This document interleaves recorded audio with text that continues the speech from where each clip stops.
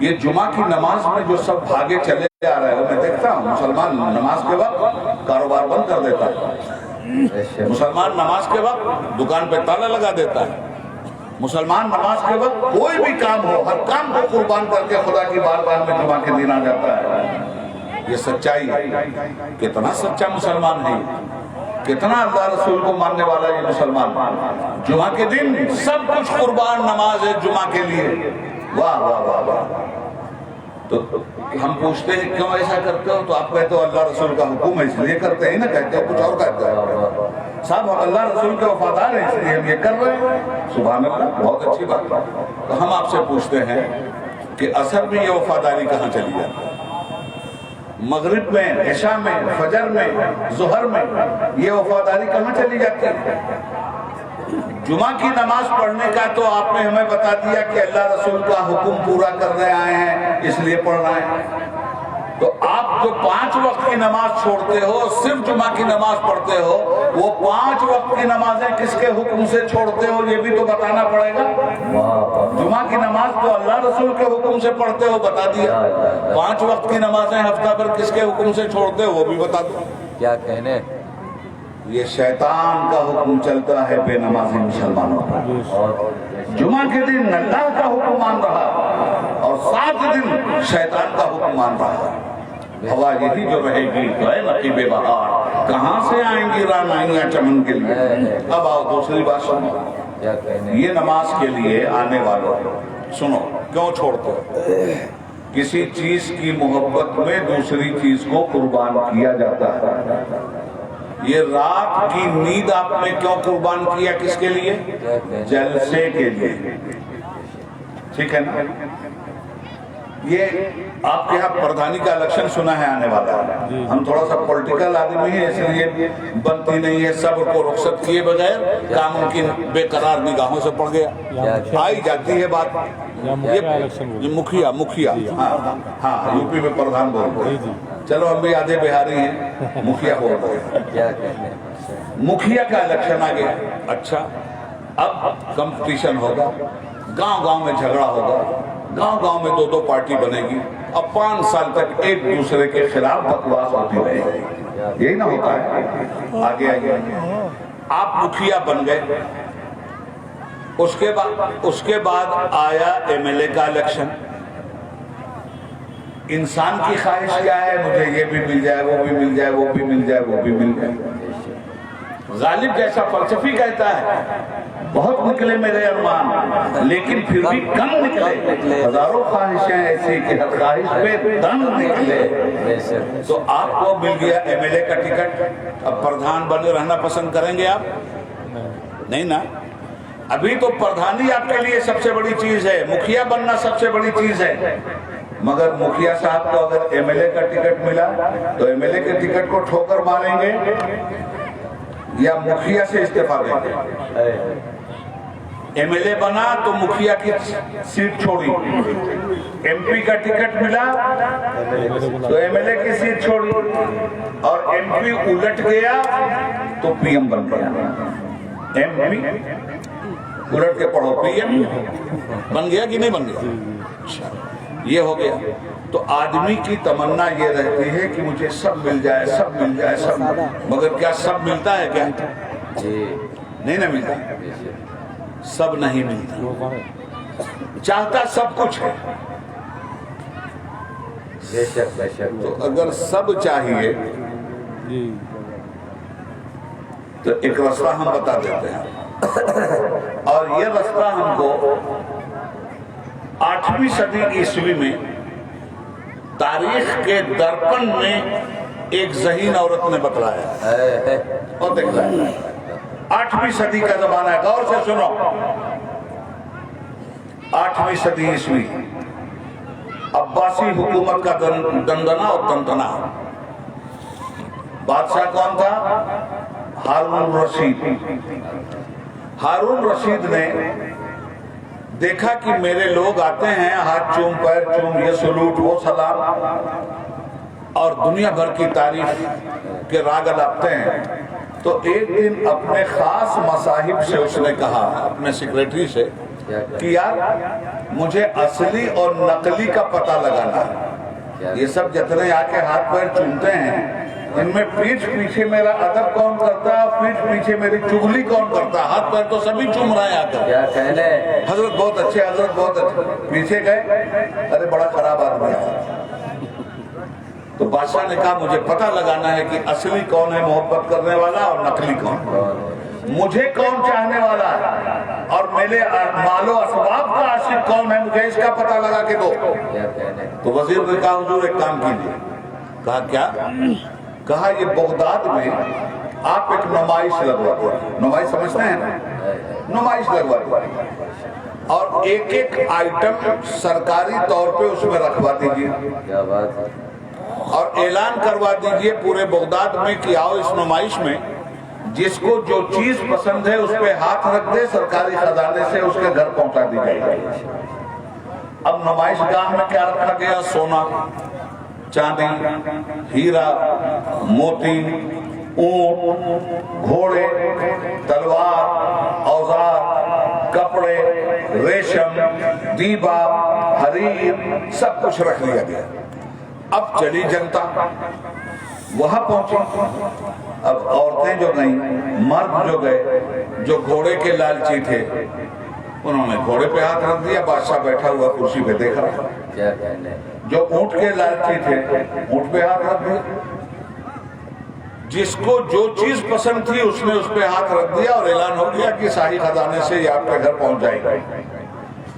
اسی میں عورتیں پہنچی، دیکھا کہ کچھ عورتیں کپڑے پہ ہاتھ رکھ کے کھڑی ہیں، کچھ عورتیں سونے پہ ہاتھ رکھ کے کھڑی ہیں، کچھ ہیرے پہ ہاتھ رکھ کے کھڑی ہیں، کچھ موتی پہ۔ ایک ذہین عورت اور پہنچ گئی، جو ہی کپڑوں کو زرق برق دیکھا تو اس نے کہا عورت کا تو بنیادی حق ہے، پہنچی اس پہ ہاتھ رکھنے کے لیے، فوراً دل کی بتی جلی اور دماغ میں ایک کرنٹ پیدا ہوا اور اس کے دماغ نے کہا کہ ابھی کپڑے پہ ہاتھ رکھنے کی جلدی مت کرنا، جو جس چیز پہ ہاتھ رکھے گا وہی اس کی ہوگی۔ وہ دیکھ سامنے سونا بھی ہے، تو کیا سونے سے تجھے پیار نہیں ہے؟ آگے بڑھ گئی کپڑا چھوڑ کے کہ نہیں سونے پہ ہاتھ رکھو۔ شرط یہ تھی کہ جو جس چیز پہ ہاتھ رکھے گا وہ سونے پہ ہاتھ رکھنا چاہتی تھی، تو ہیرے نے اسے سے کہا السلام علیکم، ہم بھی ہیں۔ پہنچ گئی ہیرے کے پاس، ہیرے کے پاس پہنچی تو موتی گنگنانے لگا، ارے ادھر بھی تو دیکھ، اب ادھر سے ادھر، ادھر سے ادھر، اس کو تو سب چاہیے تھا۔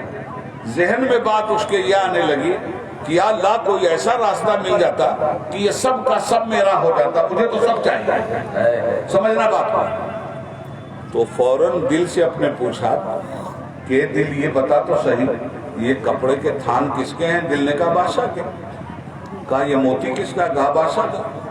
یہ ہیرا کس کا؟ بادشاہ کا۔ کیا کہنے؟ یہ سونا کس کا؟ بادشاہ کا۔ یہ حکومت کس کی؟ بادشاہ کی۔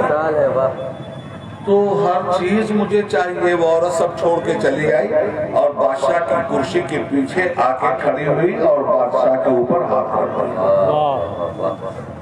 بادشاہ پلٹا، اس نے کہا بیوقوف عورت، کیا تجھے کچھ پسند نہیں آیا؟ اس نے کہا حضور پسند کیوں نہیں آیا؟ قول مردان جان دارت، مرد کا قول جان رکھتا ہے اور بادشاہ اپنے وعدے سے پھرا نہیں کرتے۔ آپ نے یہ کہا ہے کہ جو جس چیز پہ ہاتھ رکھ دے گا اس نمائش گاہ میں وہ اس کی ہے۔ میں گئی تھی سونے کے پاس، تو سونے سے پوچھا میں نے تو کس کا؟ کہا بادشاہ کا۔ ہیرے کے پاس گئی، تو کس کا؟ کہا بادشاہ کا۔ موتی کے پاس گئی، تو کس کا؟ کہا بادشاہ کا۔ بغداد سے پوچھا تو کس کا؟ کہا بادشاہ کا۔ سلطنت سے پوچھا تو کس کی؟ کہا بادشاہ کی۔ حکومت سے پوچھا تو کس کی؟ کہا بادشاہ کی۔ تو میں نے سوچا کہ چیزوں پہ کیا ہاتھ رکھنا، بادشاہ پہ ہاتھ رکھ دوں، بادشاہ میرا ہو گیا تو یہ سب میرا ہو جائے گا، اس لیے حضور میں نے آپ پہ ہاتھ رکھا۔ یہاں سے مسلمانوں یہ سبق ملتا ہے، اے نماز کو چھوڑنے والوں کھیت کے لیے، اے نماز کو چھوڑنے والوں تجارت کے لیے، اے نماز کو چھوڑنے والوں حکومت کے لیے، اے نماز کو چھوڑنے کے لیے کاروبار کے لیے، آؤ ذرا میں تم سے پوچھنا چاہتا ہوں یہ زمین کس کی ہے؟ واہ واہ، سب نہ چاہیے زمین کس کی ہے؟ قرآن کہتا ہے الم نجعل الارض مہادا، ہم نے تمہارے لیے زمین کو بچھونا بنایا۔ یہ کانپ رہی تھی مسلمانوں جب بنی تھی، تو یہ جب وجود میں آئی تو ہل رہی تھی، اوپر نیچے ہو رہی تھی، اور زمین بنایا انسانوں کو بسانے کے لیے۔ تو اگر یہ ڈاما ڈول ہوتی رہتی تو آپ مکان بنا پاتے؟